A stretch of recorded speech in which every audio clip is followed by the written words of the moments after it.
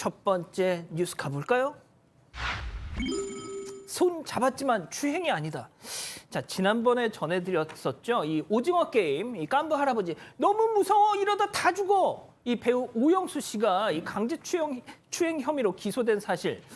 아, 지난주 금요일 이게 첫 공판이 있었다는데 인정했을까요? 네, 인정하지 않았습니다. 지난 3일에 수원지방법원에서 오영수 씨에 대한 첫 공판이 있었는데요. 이 공판에서 상대 측 변호인은 우선 이렇게 주장을 했습니다. 오영수 씨가 지난 2017년 9월 초에 이 피해 여성에게 당시 한 번 안아보자라면서 이 양팔을 벌려서 강하게 껴안았고 그리고 오른쪽 볼에 입맞춤을 하는 등 강제추행을 했다. 이런 내용이었습니다. 여기에 대해서 이 오 씨 측 변호인은요. 이 피고인이 2017년 9월에 모 지방에서 연극 공연하기 위해서 찾아갔고 그 머물던 중에 극단의 여성 단원과 산책 로를 걷고 그 여성이 살던 곳에 찾아간 적은 있다. 하지만 공소 제기된 추행 사실은 없다. 이렇게 얘기를 했습니다. 또 검찰 측에서 제시한 증거에 대해서 부인을 했고요. 공소 사실에 대해서도 이 두 가지 범행 내용인데 이게 너무 포괄적이기 때문에 특정되지 않는다라면서 공소 기각까지도 주장을 했습니다. 오 씨는 법정을 나와서도요. 이 오 씨 역시도 강제추행 혐의에 대해서 재차 부인을 했습니다. 이게 5년 전 사건인 만큼 뭐 피해자의 증언 뭐 아무튼 중요할 것 같습니다. 네, 일단 4월에 이제 2차 공판에는 피해자가 증인으로 나올 것 같습니다. 피해자가 증인으로 나오면 이게 지금 사건이 2017년 9월이면은 거의 6년이 다 돼가는 사건 아니겠습니까? 그러네요. 그렇기 때문에 이 사안에 대한 입증과 관련해서는 통상적으로 피해자 진술의 일관성과 신빙성이 경찰 조사부터 지금까지 쭉 일관되고 있는지 이제 그걸 변호인이 집중적으로 질문을 할 것으로 보이고 근데 그것보다 또 하나 중요한 게 예. 보통 이렇게 진술만으로 이뤄진 공소사실 같은 경우 제일 중요한 게 만약에 반대쪽에서는 이게 거짓말이다라고 주장을 할 경우에는 예. 그럼 거짓말할 이유가 있어야 되거든요. 아하. 그러니까 피해자가 이렇게 허위 진술을 할 이유, 동기 이런 것들을 이제 어찌 보면 오영수 측에서는 적극적으로 파고들어야 될 상황이 아닌가. 뭐 지금 현 시점에서는 뭐 이게 실제로 이런 일이 있었는지 없었는지 저희가 단언할 수 없는 상황 아니겠습니까? 두 번째 재판에서 피해자가 증인으로 나올 때는 통상적으로 피고인부터 전부 다 퇴정을 합니다. 이제 마주치는 게 꺼려지는 상황이기 그렇죠. 때문에 그리고 피고인은 바깥에서 보통 이제 이어폰 같은 걸로 진술을 듣거든요. 이제 그 과정에서 오영수 씨가 추가로 질문할 것들이 있는지 이런 것들이 어찌 보면 다음 재판의 중요한 포인트가 될 것 같습니다. 계속 좀 지켜보기로 하죠. 자, 두 번째 뉴스 이어갑니다. 갑자기 돌로 퍽입니다. 자, 길에 서 있던 남성이 갑자기 쓰러진 이후 영상으로 확인해 보시죠. 자, 제주 시내 한복판 왼쪽에 서 있는 남성 주목해서 자, 뒤로 누구 남성이 서서히 걸어오더니 갑자기 뒤로 돌아보자마자 퍽 저렇게 쓰러집니다.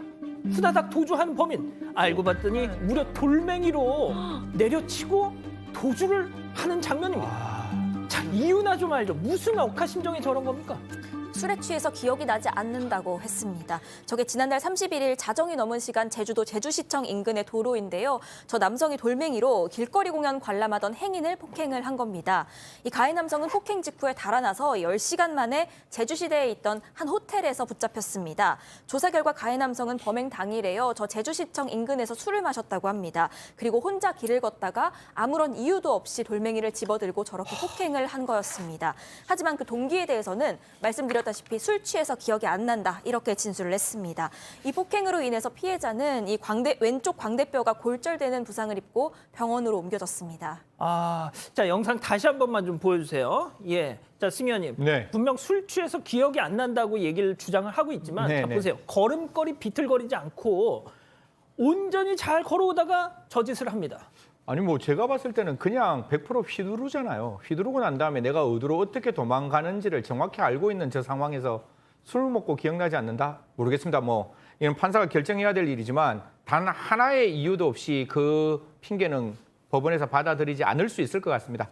지금 경찰에서는 범행 전후에 사정을 CCTV로 확인을 했다고 합니다. 그리고 이 경찰 도주할 우려가 있다고 생각이 들어서 경찰은 검찰에게 영장을 신청했고 그 신청을 받은 검찰은 영장을 법원에 청구했습니다. 시청자 여러분, 법원에서 영장 나왔습니다. 나왔다는 거는 그 범행을 저질렀을 때 기억나는 게 아니라 핑계라고 이런 이야기했다고 볼 수 있기 때문에 제가 봤을 때는 엄중하게 처벌해야 되고 특히 묻지마 폭행은 정말 위험한 사회적인 어떤 흉기가 되기 때문에 반드시 처벌해야 된다. 그것도 돌멩이를 들고 어떤 그 둥기를 들고 만약 물건을 들고 했다면 특수 폭행 치상 정도가 되지 않을까 그렇게 생각합니다. 알겠습니다. 정말 끔찍한 사건이었습니다. 세 번째 뉴스 이어가죠. 초대한 적 없는 손님입니다. 자, 이게 또 무슨 일일까요? 영상으로 확인해 보시죠. 자, 아침 8시 인적 드문 골목. 자, 저 여성 뭔가 던졌죠? 뭔가 휙 주머니에서 꺼내더니 휙 던지고 다시 가던 길을 돌아서 갑니다. 백 변호사님, 네. 무슨 또 사연이 있어서 이렇게 이른 아침 8시쯤으로 제가 알고 있는데 계란을 던졌습니다. 이것도 재물 손괴일 수 있을까요? 사실 좀 애매하긴 합니다. 지금 지난 3일 오전 7시 51분쯤에 청주시 충북대 정문 식당 앞에 어떤 여성이 지나가다가 지금 보시는 것처럼 계란을 퍽 던져서 이렇게 지금 유리창에 계란 노른자가 이렇게 좀 흘러내린 상황인데요. 일단 저 음식점이 계란을 이용해서 음식을 만드는 식당이라고 합니다. 그러니까 뭔가 저 음식점하고 억하심정이 좀 있는 사람이 아닐까 추정이 되는데 그러네요. 일단은 뭐 유리창이 좀 더러워지긴 했는데요. 저걸 가지고 재물 손괴를 의뢰할 수 있을까는 조금 의구심이 듭니다. 일단 유리창이 깨지거나 뭐 저기 감정적으로 사용을 못할 정도의 수준은 아니기 때문에. 그러니까 저 유리창은 이제 닦으면 이제 해결이 되는 거 아니겠습니까? 그다음에 이제 저럴 때 드는 뭐 청소비나 이런 것들을 민사적으로 청구하는 걸 몰라도 저게 사실 손괴죄가 되긴 좀 어려울 것 같고요. 예. 만약에 저걸 사람을 향해 던졌다면 얘기가 좀 다르겠습니다만 지금 현 시점에서는 좀 애매한 건 사실입니다. 형사적으로 입건하는 것이. 그렇군요. 알겠습니다. 자, 또 다른 영상 이어서 보시죠.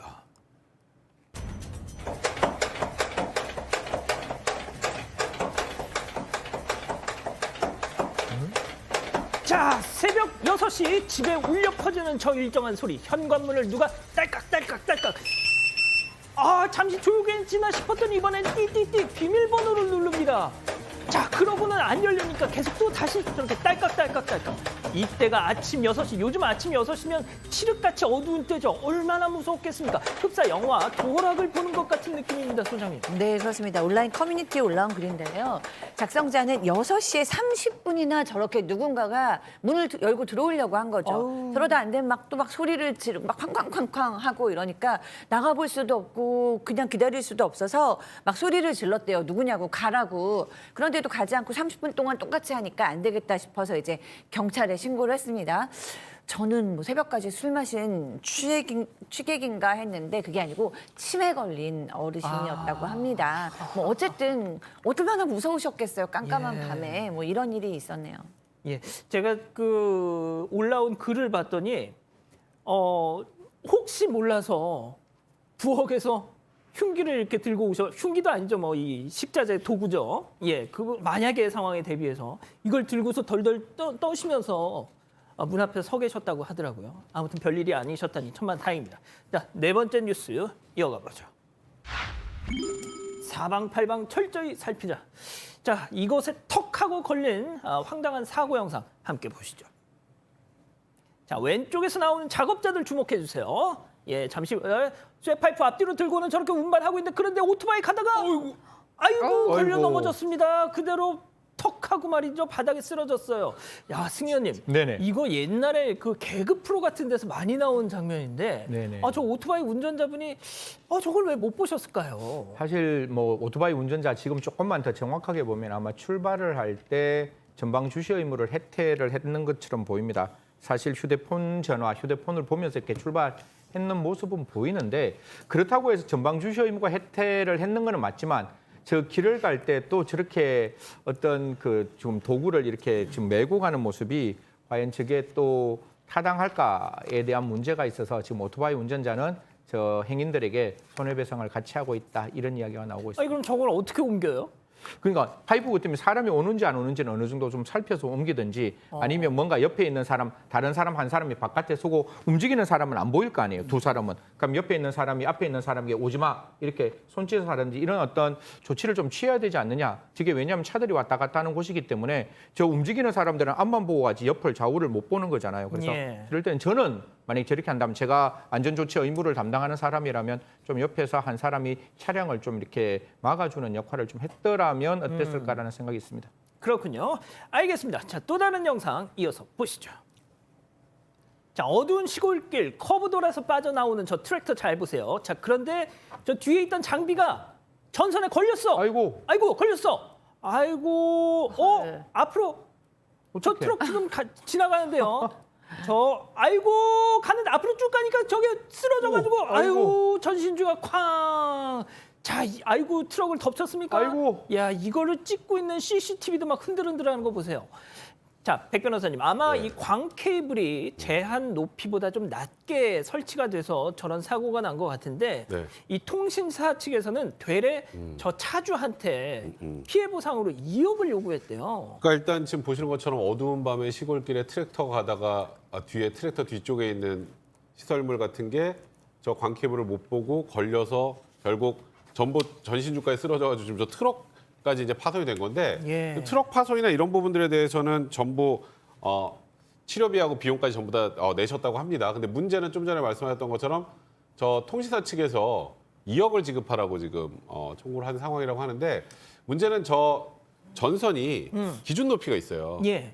저걸 뭐 저희 지나가는데 이렇게 허리 높이 해놓으면 안 될 거 아니에요. 저희가 그럼요. 못 지나가니까. 그리고 저기는 차나 저런 대형차들 다니기 때문에 높이 그 기준점인데 그게 4m 20이거든요. 아. 근데 저걸 확인해 보니까 3m 58cm 정도에 있었다고 합니다. 아이고. 그렇다면 일단 광케이블 유지하고 있는 저 유지 관리하는 그 텔레콤 측의 과실이 더 크지 않나. 그것 때문에 오히려 사고가 난 것이기 때문에 지금 오히려 저 트럭 파손이나 저 치료비에 대해서도 텔레콤 측에서도 어느 정도 책임이 있다라고 저는 개인적으로 생각이 드는데 이거는 만약에 안 된다면 소송까지 가야 될 만한 그런 사안인 것 같다는 생각이 듭니다. 알겠습니다. 자, 마지막 사연으로 가볼까요? 아직도 그녀가 생각나니? 이것도 야 제목이 도발적입니다. 네, 실수로 전 여친 부른 이 남자친구 때문에 황당하다 이런 여자친구 사연입니다. 일단 이 둘은요 각자 2년 정도 전 연인을 만났습니다. 그렇게 이별을 하고 두 사람이 만나게 된 지는 얼마 되지 않았다고 하는데요. 그런데 이 남자친구가 자꾸만 실수로 전 여자친구 이름을 부르는 겁니다. 예를 들어서 뭐 제가 현 여자친구인데 전 여자친구가 다혜예요, 백다혜. 그럼 백다혜 이자연은 완전히 다르잖아요. 네. 그런데도 이 똑같은 실수를 두세 번 정도를 계속해서 반복을 하고 있는 겁니다. 이후에 남친이 계속 미안하다고 사과는 하는데 이 여자친구는 기분이 너무 상한다는 입장입니다. 아우, 야, 좋습니다. 자, 기다리고 기다리셨던 푸처 핸즈업 타임. 우리 가족 여러분들도 채팅창에 OX로 함께 참여해 보시죠. 먼저 여친입니다. 야, 이름이 비슷하기라도 하면 100번 양보해서 오케이. 내 이름 다혜랑 전 여친 자연인가 뭔가랑 도대체 이게 헷갈릴 대상이 된다고 생각하니?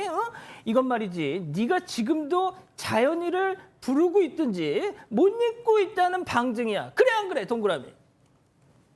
오, 야, 뭔가 경험이 알아. 있어. 아니야. 이게 네. 자기 얘기야 이거. 아니에요. 아니에요? 그렇지 않아요. 알겠습니다. 자, 다음은 남자친구입니다. 아이고 소설 쓰고 있네 정말. 내가 자연이랑 2년 동안 만나서 나도 모르게 입에 붙은 거야. 야, 내가 말이야 치사해서 이 말까지는 안 하려고 했는데 너 저번에 버스에서 자고 가다가 성문아 잠꼬 대하더라. 야, 성문이가 뭐 하는 놈이야? 왠지 수염 덥수룩 할 것 같은데 맞지? X. 예, 맞습니다. 예, 덥수룩. 좋습니다. 자, 우리 승현님부터. 뭐 제가 이 사연에서 가장 마음속에 있는 거는 헤어진 지 얼마 안 되었다는 거고 헤어진 지 얼마 안 됐는데 보통 제 경험을 이야기를 하면 만약에 헤어지고 난 다음에 새로운 사람 만날 때 옛날 여친과 비슷한 사람 만납니다. 그게 자기에게 가장 익숙해 있기 때문에 그렇기 때문에 위험한 발언. 어떻게 보면 잠깐 지금 혹시 사모님 그럼 굉장히 위험한 아니 뭐 발언이었습니다. 대학교 다닐 때 뭐 만날 수 있는 거잖아요. 근데 이걸 야. 크게 왜 그렇게 생각하세요? 저 부부싸움 하셔도 아니 저한테 뭐라고 전혀 하지 관계 마세요. 없습니다. 예, 알겠습니다. 아니 이쪽 계시는 분 지금 부인이 지금 남편이 오로지 대학교 다니기 전부터 고등학교 때 중학교 때 다 사랑이다라고 하면 제가 말씀을 드릴 수 있지만 위험하게.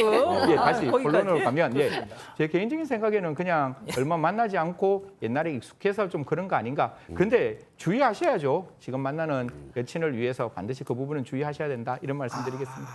자, 우리 소장님. 네, 저는 아주 옛날 일이 떠올랐는데 어머나. 또 오늘 아주 그냥 부부싸움 대잔치가 우리 벌어질 것 부부싸움 같은데. 대잔치. 저희 남편이 처음 저를 만났을 때 다른 여자 이름을 한 두 번 불렀어요. 어쩜 좋아, 어쩜 네. 좋아. 근데 그때 두 가지 생각이 들었어요. 하나는 옛날 여자친구 진짜 좋아했나 보네 이런 느낌이 들었고 하나는 뭐 별로 헤어진 지 별로 안 됐으니까 그럴 수 있지. 이러고 쿨하게 넘겼어요. 근데 쿨하게 넘겨서 싸우지 않았어요, 그때. 근데 그때 그냥 쿨하게 넘기기를 잘했다. 어차피 내 남편 됐는데 뭘 이런 생각이 들었어요. 근데 중요한 건 안 잊혀져. 그러니까. 진짜. 근데 요 그게 얘기하려고 벌써 몇 년 전? 25년 됐나? 그럼 네. 이름도 혹시 기억을 하세요? 이름을 정확히는 기억 못해요. 얼굴은 기억나요. 그렇군요. 자, 우리 전 남친, 전 남친이 아니고 우리 백 변호사님. 아니 25년 전 그 사건도 기억이 난다잖아요. 어. 아직 이거는 거의 영린을 건드린 거예요. 아 진짜. 근데 아까 우리 저기 혹시 형수님이랑 그 전 여친이랑 비슷한 거예요? 아니 그 아니죠. 지금은 아니에요. 또 왜 그걸 아니 또 왜 물어? 그러니까 아니 둘은 분명히 별개 났어, 다르기 내가 때문에 오늘 밤에 오늘 많이 났어. 큰일 났어요. 제가 아까 위험하다 집에 그랬잖아요. 못 들어가. 그러니까 최소한의 예의라고 생각해요. 최소한의. 그러니까 최소한의 아니 근데 예의다. 무의식 중에 툭. 그래. 그냥 무식 중에 그럼 나오죠. 그 여자분을 아직도 자꾸 잊지 못하고 있으니까 그런 거잖아요. 그건 현타 온다니까요. 자 그럼 백 변호사님, 네. 나는 그런 적 있다 없다. 없다. 지금 형 사모님 보고 없어요. 없습니다. 아이씨. 전혀 없습니다. 없으니까 이렇게 자신 있게 얘기하죠. 못 믿겠어요. 알겠습니다. 자, 이 기자, 우리 가족 여러분들 반응 뜨겁습니다. 그런데요. 비슷한 실수 하셨다는 분들이 굉장히 많습니다. 진짜. 네, 앵커님은 밥 먹으면서 3번이나 잘못 부른 적 있어요. 주시광님, 솔직히 나도 해본 실수다라고 말씀을 하셨는데요. 이 퍼플앤블루님은 똑같이 전 남친 이름 부르세요라고 말씀하셨고, 크림치즈 곶감님은 당연히 기분 상하지. 여친이 전 남친 이름만 불러봐라 어떤지라고도 말씀하셨습니다. 아직 안 끝났습니다. 이거 눌러주세요.